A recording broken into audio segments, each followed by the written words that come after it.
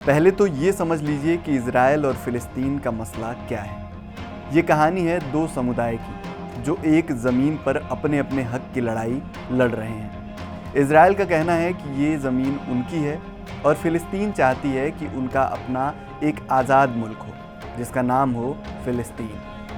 लेकिन अब ताज़ा खबर ये है कि 3 बड़े देशों ब्रिटेन, कनाडा और ऑस्ट्रेलिया ने फिलिस्तीन को एक स्वतंत्र देश के तौर पर मान्यता दे दी है। ये एक बहुत बड़ा कदम है क्योंकि इससे पहले भी कई देश ऐसा कर चुके हैं, लेकिन इन तीनों की मान्यता ने इजराइल को झटका दे दिया है।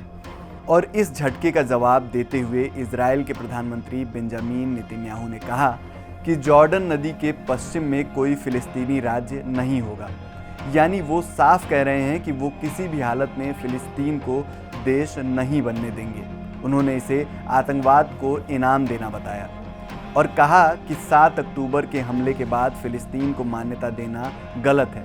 लेकिन सवाल ये है कि क्या सिर्फ गुस्सा या इसके पीछे कोई बड़ा प्लान है। गाज़ा का नाम तो आपने सुना ही होगा। ये वो इलाका है जहां पिछले कई महीनों से इजराइल और हमास के बीच जंग चल रही है। इजराइल का कहना है कि वो हमास को ख़त्म करना चाहता है, लेकिन इस जंग में हज़ारों आम लोग भी मारे जा रहे हैं।